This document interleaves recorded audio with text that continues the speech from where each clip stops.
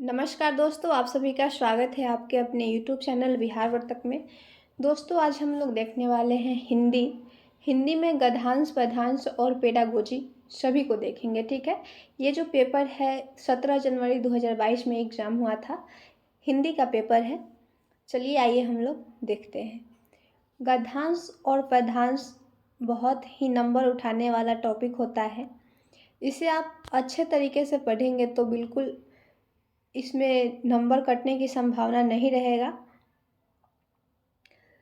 आपको क्या करना है कि गद्यांश को या फिर पद्यांश जो करे उसे एक बार पढ़े, ठीक है।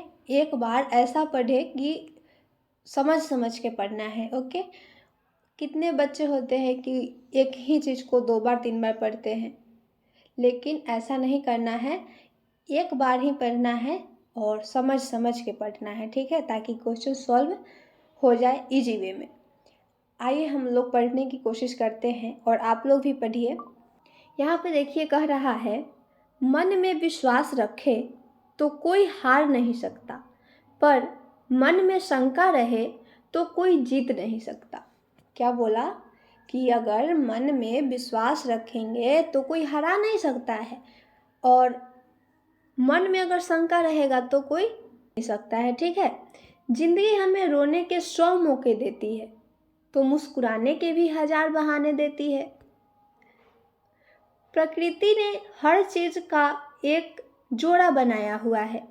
रात और दिन, अंधेरा और उजाला, गोरा और काला, अच्छा और बुरा, उत्थान और पतन, हार और जीत, सभी को इन दो परस्पर विरोधी चीज़ों के बीच संघर्ष करना होता है, ठीक है। यहाँ पे कह रहा है कि प्रकृति ने जो है हर चीज़ का जोड़ा बनाया है, जैसे कि दिन रात, अंधेरा उजाला, गोरा काला, अच्छा बुरा, उत्थान पतन, हार जीत, ये सब जो है सभी को परस्पर जो दो जोड़ा बने हैं उन सभी को विरोधी चीज़ों का सामना करना पड़ता है, ठीक है। संघर्ष अकेले ही करना पड़ता है।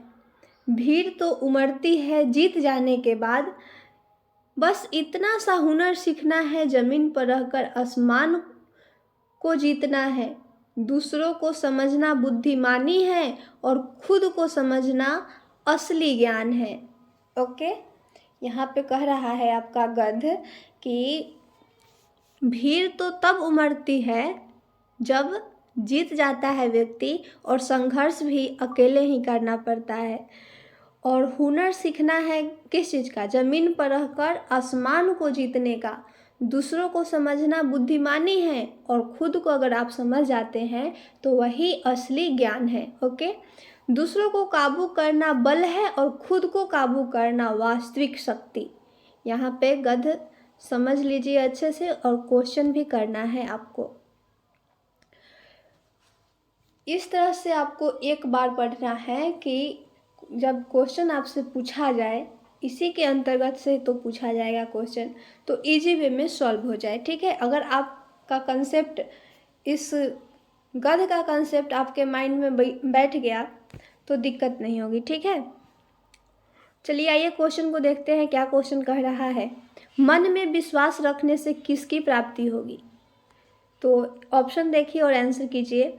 और इसमें भी बताया गया है कि अगर मन में विश्वास रखते हैं तो कोई हरा नहीं सकता है, और मन में शंका रहे तो कोई जिता नहीं सकता है। और मन में अगर आप विश्वास रखते हैं तो किसकी प्राप्ति होगी? जीत की प्राप्ति होगी, ठीक है। तो 91 का आंसर जो हो जाएगा ए, ऑप्शन ए हो जाएगा। चलिए आइए देखते हैं, वास्तविक ज्ञान किसे कह सकते हैं? वास्तविक ज्ञान आपको बताया गया है गद्य में, दूसरों के बारे में जानकारी प्राप्त करना, ये नहीं कहा गया है कि ये वास्तविक ज्ञान है। अपने आप के बारे में समझ बनाना, ये बिल्कुल सही बात है इस गद्य के अनुसार, कि अपने आप के बारे में अगर आप समझ लेते हैं तो वही वास्तविक ज्ञान है, ठीक है। आपका ऑप्शन बी सही हो जाएगा। चलिए आइए देखते हैं नेक्स्ट क्वेश्चन। कह रहा है, संघर्ष अकेले करना होता है का अर्थ है, संघर्ष अकेले करना होता है। इसका क्या अर्थ है बताया गया है आपको गद्य में कि संघर्ष में कोई अकेला नहीं छोड़ता।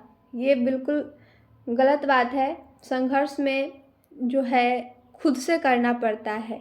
तो यहाँ पे क्या कह रहा है, संघर्ष में स्वयं ही जूझना होता है। ये बात बिल्कुल सही है। गद्य के अनुसार ही आपको आंसर करना है, ऐसा आपको पढ़ने को मिला होगा। ठीक है, चलिए आइए देखते हैं नेक्स्ट क्वेश्चन। क्वेश्चन है, जिंदगी हमें रोने के 100 मौके देती है तो मुस्कुराने के भी 1000 बहाने देती है। इससे क्या तात्पर्य है? जिंदगी में रोना तो होता ही है। ऑप्शन देखिएगा चारों, तब जाकर आप आंसर कीजिएगा। जिंदगी में सुख दुख दोनों होते हैं, ये तो सही है लग रहा। जिंदगी में सुख ही सुख होते हैं, ये गलत है। जिंदगी में दुख के बाद ही सुख आते हैं, ऐसा चर्चा नहीं किया गया है गद्य में। और बी जो कह रहा है, जिंदगी में सुख दुख दोनों ही होते हैं, इसी बात को यहाँ पे कहा गया है, जिंदगी हमें रोने के 100 मौके देती है तो मुस्कुराने के भी 1000 बहाने देती है। इसका यही मतलब हुआ कि जिंदगी में सुख दुख दोनों ही आते रहते हैं। ठीक है, आइए देखिए नेक्स्ट क्वेश्चन। क्वेश्चन है, निम्नलिखित में से कौन सा समूह भिन्न है? यहाँ पे दिन रात, गोरा काला, तरह तरह, अंधेरा उजाला, बताइए। यहाँ पे देखिए दिन रात अपोजिट हो गया, एक दिन है तो रात है, अंधेरा है तो उजाला है, गोरा है तो काला है, और यहाँ पे जो दे दिया तरह तरह, सेम वर्ड इस तरह से आएगा तो पुनरुक्त होता है। इस बात को ध्यान दीजिएगा। ऐसा भी क्वेश्चन डाल देगा कि पुनरुक्त शब्द हैं और 4 ऑप्शन दे देंगे, तो उसमें से तरह तरह यानी कि एक वर्ड को 2 बार कर दिया, 3 बार कर दिया, उसी को पुनरुक्त कहा जाता है। ओके, ऐसा भी क्वेश्चन आपको हिंदी के गद्य में देखने को मिलेगा। ठीक है, तो यहाँ पे जो भिन्न है यानी कि तीनों ऑप्शन से एक जो अलग है वो है तरह तरह। आपका आंसर जो हो जाएगा ऑप्शन डी। ओके, आइए देखते हैं नेक्स्ट क्वेश्चन है, कौन सा जोड़ा गद्यांश में नहीं है? कौन सा, चारों ऑप्शन में देखिए कौन सा जो जोड़ा है वो गद्यांश में नहीं है। तो आप गद्यांश देखे हैं, देखिए यहाँ पे ऑप्शन है दिन रात, सुख दुख, अच्छा बुरा, उत्थान पतन। एक बार और गद्यांश को देख लीजिए। गद्यांश में आपको खोजना है कि कौन सा जोड़ा नहीं है, जो ऑप्शन दिया गया है उसमें। देखिए यहाँ पे रात और दिन का भी चर्चा है, अंधेरा उजाला का चर्चा है, गोरा और काला है, अच्छा और बुरा है, उत्थान पतन है, लेकिन सुख और दुख इसमें नहीं दिया गया है। तो आपका जो आंसर होगा सुख और दुख हो जाएगा।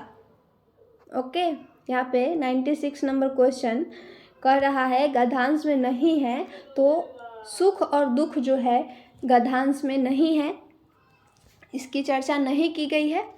तो आपका जो आंसर जो राइट होगा option B. Okay, next question है, पतन शब्द का विलोम है। पतन का विलोम जो होता है वो उत्थान होता है। इस बात को थोड़ा सा ध्यान दीजिएगा। पतन यानी होता है किसी भी चीज़ की समाप्ति हो जाना, पतन हो जाना, और उत्थान जो होता है शुरू होना। ठीक है, चलिए आइए देखते हैं नेक्स्ट। गद्यांश के अनुसार सच्ची शक्ति है। गद्यांश के अनुसार बताना है कि सच्ची शक्ति क्या है। तो सच्ची शक्ति जो है स्वयं पर नियंत्रण रखना, ऐसा बताया गया है गद्यांश में। स्वयं पर नियंत्रण रखना जो है सच्ची शक्ति है, वास्तविक शक्ति है। ठीक है, नेक्स्ट क्वेश्चन है, जमीन पर रहकर आसमान को जीतना है। भाव, इसका भाव क्या है? इस सेंटेंस का क्या कहना चाह रहा है? यानी कि अंतरिक्ष में सैर करना, गलत है। विनम्रता के साथ सफलता की ऊंचाइयों को छूना, बिल्कुल सही बात है। जमीन पर रहकर आसमान को जीतना का अर्थ जो है विनम्रता के साथ सफलता की ऊंचाइयों को छूना है। ठीक है, आइए अब हम लोग देखते हैं पद 100 से 105 तक पद्यांश दिया गया है। इसी को पढ़कर फिर से इस तरीके से पढ़ना है ताकि एक बार में ही समझ में आ जाए, ठीक है, बार बार इस पे जाना ना पड़े। इससे क्या होगा, आपके एग्जाम में टाइम का बचत होगा, ठीक है। कह रहा है केवल विदेशी वस्तु ही क्यों, अब स्वदेशी है कहाँ, वह वेशभूषा और भाषा सब विदेशी है यहाँ। गुण मात्र छोड़ विदेशियों में हम उन्हीं में सन गए, कैसी नकल की वाह, हम नकाल पूरे बन गए। सब स्वाभिमान डूबो चुके, जो पूर्व परावर में आश्चर्य है, हम आज भी है जो रहे संसार में। किंतु इसे जीना कहे तो फिर कहे मरना किसे, जहाँ जीना कहाँ है वह नहीं है ध्यान कुछ अपना जिसे। ये क्वेश्चन क्या कह रहा है, इसको समझने की ज़रूरत है। केवल विदेशी वस्तु ही जो है, अब स्वदेशी है कहाँ। जो वेशभूषा है और भाषा है सब विदेशी हो गए हैं, मात्र किसको छोड़कर, गुण को छोड़कर, ठीक है। और हम लोग क्या हो गए हैं, विदेशियों में सन गए हैं, और इस तरह से क्या हो गया है, पूरा नकाल बन चुके हैं। सब स्वाभिमान जो है डूब गया है, पूर्व परावर में आश्चर्य है, हम आज भी है जो रहे संसार में। किंतु इसे जीना कहे तो फिर मरना कहे किसे, जीना कहाँ है वही नहीं है ध्यान कुछ अपना जिसे। इसके माध्यम से आपको पता चल रहा है कि विदेशी और स्वदेशी के बारे में बात हो रहा है। आइए क्वेश्चन को देखिए और समझिए। कह रहा है कवि के अनुसार विदेशियों की बात का नकल नहीं की गई है। किस बात की नकल नहीं की गई है, तो यहाँ पे देखिए कह रहा है वेशभूषा और भाषा सब विदेशी है, यहाँ गुण मात्र छोड़कर। इस सेंटेंस क्या से आपको पता चल जाएगा कि भाषा भी, वेशभूषा, वस्तु जो है वो सब विदेशी हो चुका है, लेकिन गुण जो है अभी भी स्वदेशी है, ठीक है। तो गुण शब्द का के अनुसार नकल नहीं की गई है, ठीक है। आइए नेक्स्ट जो क्वेश्चन है, कविता के किस शब्द के माध्यम से विदेशियों का अनुकरण वालों पर व्यंग किया गया है। कह रहा है कविता के किस शब्द के माध्यम से विदेशियों को अनुकरण वालों पर व्यंग किया गया है, तो आपको देखने को मिला होगा इसमें नकाल। यहाँ पे देखने को मिलेगा क्या, हम नकाल पूरे बन चुके, यानी नकल करने वाले, ठीक है। तो नकल पर व्यंग किया गया है कवि के द्वारा।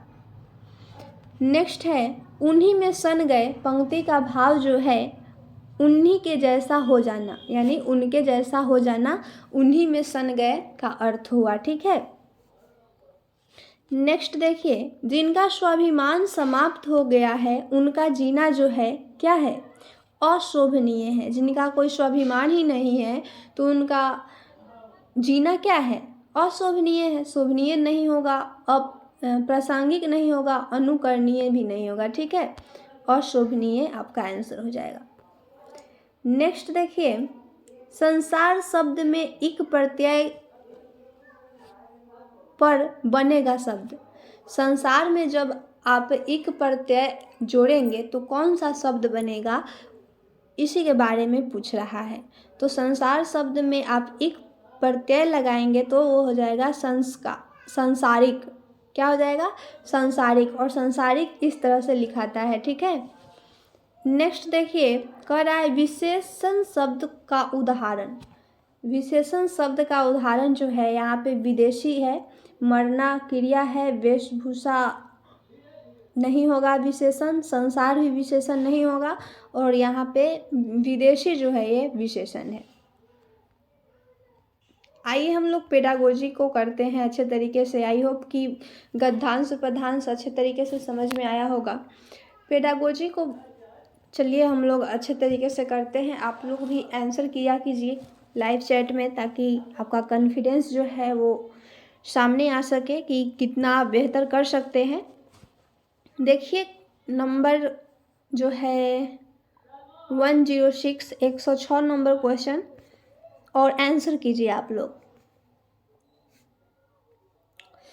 क्वेश्चन कह रहा है, प्राथमिक स्तर पर शिक्षार्थियों के आकलन के दौरान एक भाषा शिक्षा को मुख्य रूप से निम्नलिखित में से एक पर ध्यान देना चाहिए। यानी कि प्राथमिक स्तर के शिक्षार्थियों के लिए कह रहा है, आकलन के दौरान जब भाषा शिक्षक को मुख्य रूप से जो निम्नलिखित पर जो ध्यान देना चाहिए वो क्या है। ऑप्शन देखिए, औपचारिक साप्ताहिक परीक्षा और उससे प्रगति पत्र में दर्ज करना। ये बात सही नहीं है, ये औपचारिक साप्ताहिक परीक्षा वाली बात जो है गलत होता है। ऑप्शन बी है एक अवधि के अंत में परीक्षा लेना, ये भी गलत है। और ऑप्शन सी है शिक्षार्थियों के निष्पादन के बारे में विविध तरीकों से जानकारी एकत्रित करने तथा उसे शिक्षार्थियों एवं उसके माता पिता के साथ साझा करना। ये बात बिल्कुल सही है। जब आप एक शिक्षार्थी के आकलन के दौरान उसमें भाषा का विकास करना चाहते हैं, भाषा शिक्षण का जो मुख्य रूप से ध्यान देने योग्य है वो है शिक्षार्थियों के निष्पादन के बारे में विविध तरीकों से, यानी कि विभिन्न तरीकों से, विविध तरीका जिस ऑप्शन में देखिएगा वो सही जाता है अधिकांशतः। तो विविध तरीकों से जो जानकारी एकत्रित करना है तथा उसे शिक्षार्थियों एवं माता पिता के साथ क्या करना है, साझा करना है। ओके, नेक्स्ट क्वेश्चन देखिए, बच्चे एक या एक से अधिक भाषाओं का ज्ञान के साथ विद्यालय में आते हैं। ये तो बात बिल्कुल सही है। बच्चे जो है विद्यालय जाते हैं तो वो अपनी भाषाओं के साथ जाते हैं, उनकी भाषा मातृभाषा जो है उनके साथ जाती है। एक से अधिक भाषाओं का ज्ञान बच्चों को सहायता करता है। एक से अधिक भाषाओं का ज्ञान जो है बच्चों को किस तरह के सहायता करता है, तो अन्य भाषाएं एवं नए विषयों को आसानी से सीखने में। अगर बच्चे के पास पहले से नॉलेज रहेगा, भाषा के बारे में ज्ञान रहेगा, तो उसे और मदद मिल जाएगी किस चीज़ के लिए, अन्य भाषाओं को सीखने और नए विषयों को सीखने में। ठीक है, उसे और सहायता मिल जाएगी। आइए देखते हैं नेक्स्ट क्वेश्चन। कक्षा 3 के विद्यार्थियों को कॉपी को देखते समय भाषा की शिक्षिका ने कुछ त्रुटियां देखी और महसूस किया कि क्या महसूस किया। कक्षा 3 का विद्यार्थी है, उसमें एक अध्यापक है, वो विद्यार्थी के कॉपी को देखते हैं तो उनको लगता है क्या कि बच्चा त्रुटियां कर रहा है। तो ये शिक्षिका जो है त्रुटियां देख कर क्या महसूस कर रही है कि बच्चे लापरवाह है इसलिए वे त्रुटियां कर रहे हैं। एक बात बिल्कुल गलत जाता है, बच्चे जो है लापरवाह नहीं होते हैं। त्रुटियां जो होती है वो अधिगम का एक संकेत होती है। त्रुटियां क्या होती है, एक अधिगम का संकेत होती है, यानी कि सीखने में मदद करती है त्रुटियां। ठीक है, जब बच्चा त्रुटि करेगा तभी सीख पाएगा, इसलिए आपका ऑप्शन जो होगा option C is the right answer. Okay, त्रुटियां क्या होती है, अधिगम में सहायता प्रदान करने वाली एक अंग है। ठीक है, आइए क्वेश्चन देखते हैं। क्वेश्चन है, वाइगोस्की के अनुसार बच्चे साथियों के साथ सामाजिक अंतःक्रिया से सीखते हैं। एक भाषा शिक्षक के रूप में, ऑप्शन देखिए, अपने पाठ की इस तरह की योजना बनाए कि वे कक्षा में अकेले बैठे तथा कक्षा में अंतःक्रिया एवं बातचीत किए बिना कार्य करें। ये आपका सही नहीं होगा। जब आप किसी बच्चा को अकेले बैठा देंगे, कहेंगे कक्षा में तुम अकेले बैठो और उससे कुछ काम करने को लिए देंगे, तो वो नहीं कर पाएगा काम, उसको मन ही नहीं लगेगा। वो भी 1 to 5 के बच्चे के लिए बिल्कुल सही नहीं है। ठीक है, ऑप्शन बी देखिए, ऐसी पाठ योजना बनाए जिसमें अंतःक्रिया से बचने के लिए खेल और चर्चा शामिल न किया जाए। ये भी आपका सही नहीं जाएगा। यहाँ पे बचने के लिए कह दिया, ये भी आपका गलत हो जाएगा। ऑप्शन ए और बी गलत है।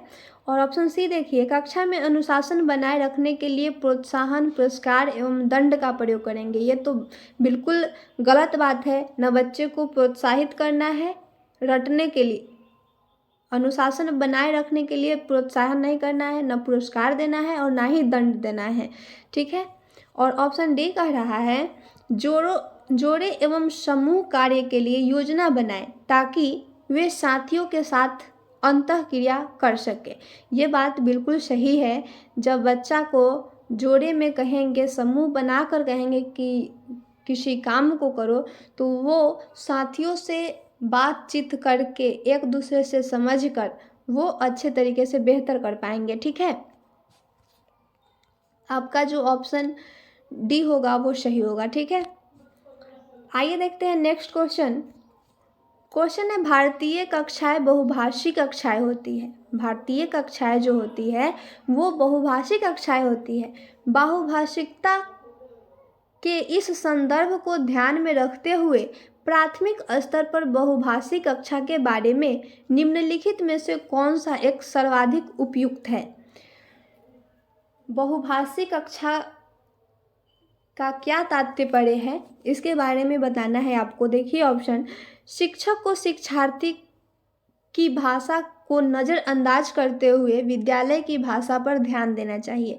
यहाँ पे नज़रअंदाज वाला बात कर दिया, वो भी शिक्षार्थी यानी बच्चों की भाषा को नज़रअंदाज करेंगे आप। ये तो बिल्कुल गलत बात है। बच्चों की भाषा के साथ आपको पढ़ाना है। अगर कोई आपको कुछ समझाता है और आपकी भाषा वहाँ पे मौजूद न हो, दूसरे भाषा में समझाए, तो क्या आपको कुछ समझ में आएगा? नहीं आएगा। इसलिए बच्चों को उसके मातृभाषा से जोड़कर पढ़ाना है, कुछ भी पढ़ाना है तो। ठीक है। ये जो कहा ऑप्शन ये गलत है। ऑप्शन बी देखिए, घर की भाषा या मातृभाषा घर पर बोलनी चाहिए, न कि विद्यालय में। ये भी बिल्कुल गलत है। बच्चा जो है जब पहली बार स्कूल आता है, विद्यालय आता है, तो वो अपने मातृभाषा के साथ ही आता है। वो अपना लैंग्वेज जो है नहीं छोड़ सकता। और यहाँ पे कह रहा है घर की भाषा घर पे ही बोलना चाहिए, न कि विद्यालय में। ये गलत बात है।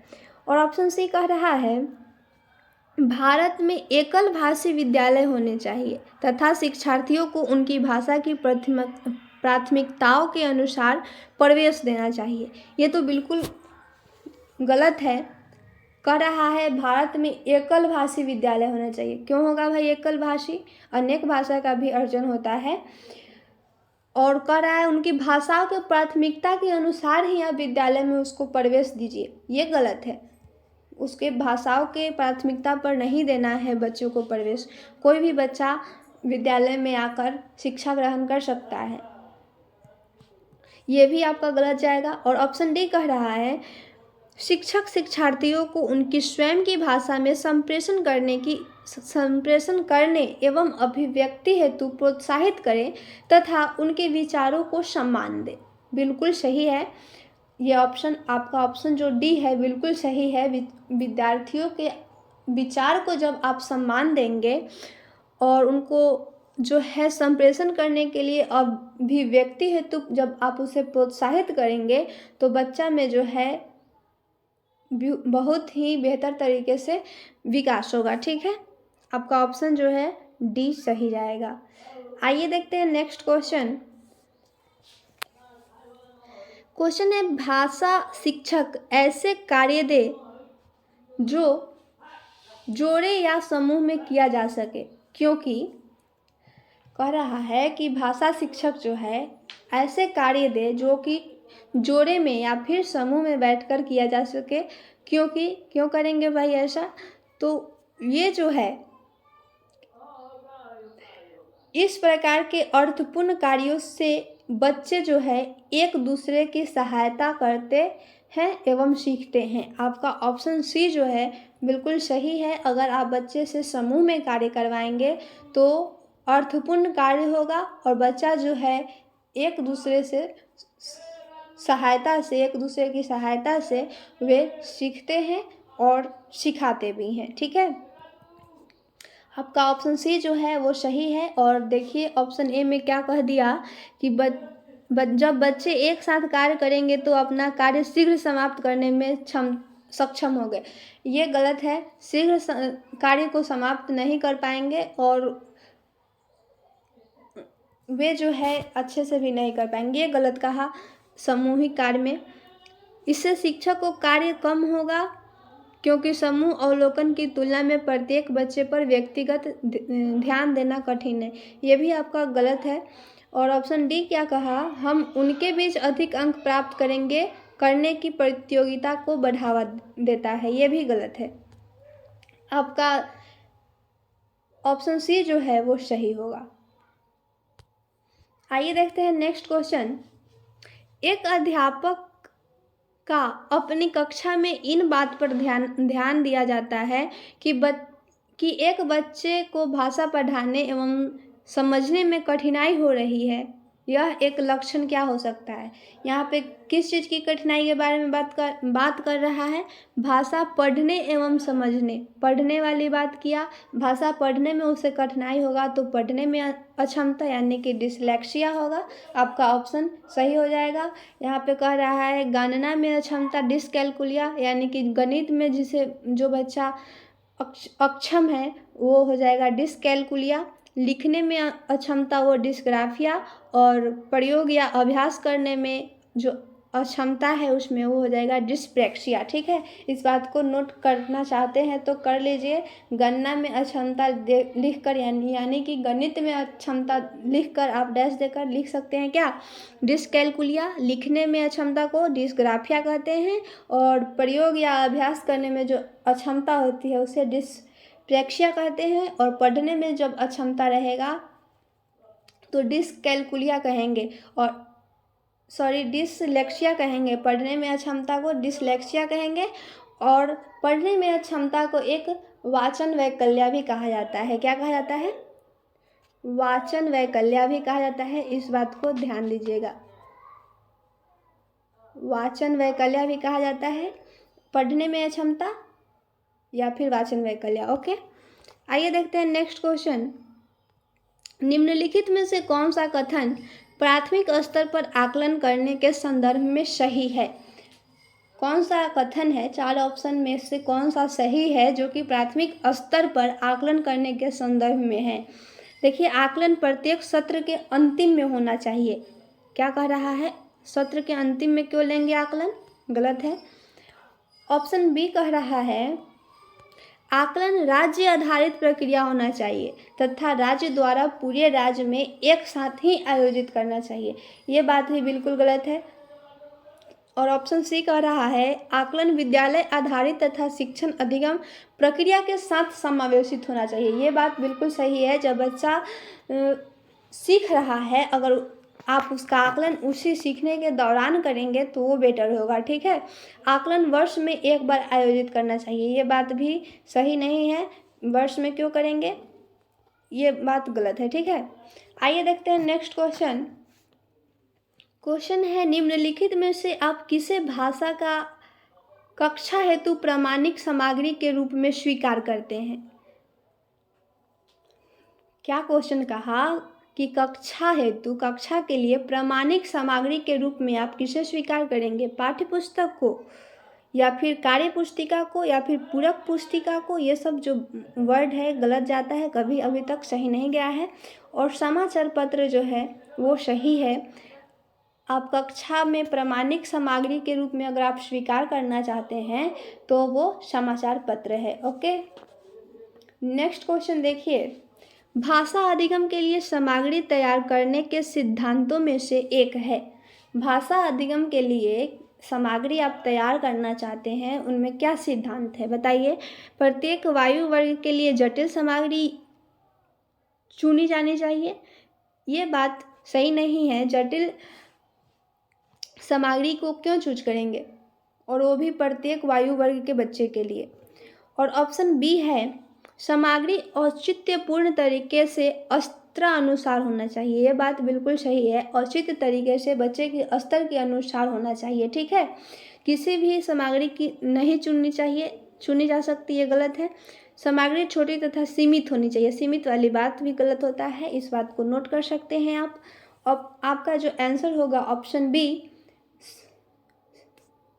किसी सामग्री तैयार करने के सिद्धांत में आप क्या कर सकते हैं, सामग्री औचित्यपूर्ण तरीके से अस्त्रानुसार होनी चाहिए। ठीक है, आइए देखते हैं नेक्स्ट क्वेश्चन।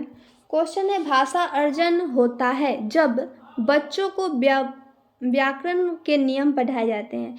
भाषा का अर्जन कब होता है, जब बच्चों का व्याकरण पढ़ाएंगे तो भाषा अर्जन हो जाएगा, नहीं हो पाएगा, इसलिए आपका ये गलत हुआ। बच्चे को पुरस्कार एवं दंड दिया जाता है, ये तो बिल्कुल गलत है। जब आप बच्चे को दंड और पुरस्कार देंगे तो थोड़ी ना उसमें भाषा आ जाएगी, ये गलत है। बच्चे को भाषा के अवसर मिलते हैं, ये काफ़ी हद तक सही है। और ऑप्शन डी जो है, बच्चा बिना सचेत ध्यान से भाषा ग्रहण करता है, ये बात सबसे बेटर है। बच्चा जो है बिना सोचे समझे, बिना सचेत ध्यान से वो भाषा ग्रहण करता है। ठीक है, आपका ऑप्शन डी जो है वो राइट होगा। ऑप्शन सी से ऑप्शन डी बेटर है, आप ऑप्शन डी को करके आएंगे, अच्छा रहेगा। आइए देखते हैं नेक्स्ट क्वेश्चन। भाषा के उत्पादक कौशल है, भाषा के उत्पादक कौशल जो है कौन है वो बताइए। तो इस बात को ध्यान दीजिएगा, भाषा का उत्पादक कौशल जो है वाचन तथा लेखन। जब बोलेगा आदमी, बोलकर तब न लिख पाएगा। ठीक है, तो भाषा का उत्पादक कौशल जो है वाचन और लेखन है। यहाँ पे पठन तथा लेखन दिया है, पठन तथा श्रवण, वाचन तथा श्रवण, ये गलत जाएगा। और ऑप्शन सी जो है वाचन तथा लेखन एक भाषा का उत्पाद कौशल है, इस बात को ध्यान देने की जरूरत है। नेक्स्ट क्वेश्चन देखिए, सभी बच्चे उन गतिविधियों द्वारा अभिप्रेरित होते हैं जिनकी योजना वयस्क द्वारा बनाई जाती है, ये तो बिल्कुल गलत है। बच्चे में जो है गतिविधि किनके द्वारा अभिप्रेरित होती है, तो वो होती है जो बच्चों के लिए अर्थपूर्ण हो। ठीक है, कुछ उद्देश्य हो तब वो गतिविधि जो है अभिप्रेरित होगी। अर्थपूर्ण वाला बात सही जाता है। और यहाँ पे डी नंबर में भी अर्थपूर्ण दिया है, तो यहाँ पे अध्यापक के लिए अर्थपूर्ण दे दिया, इसलिए ये आपका गलत हो जाएगा।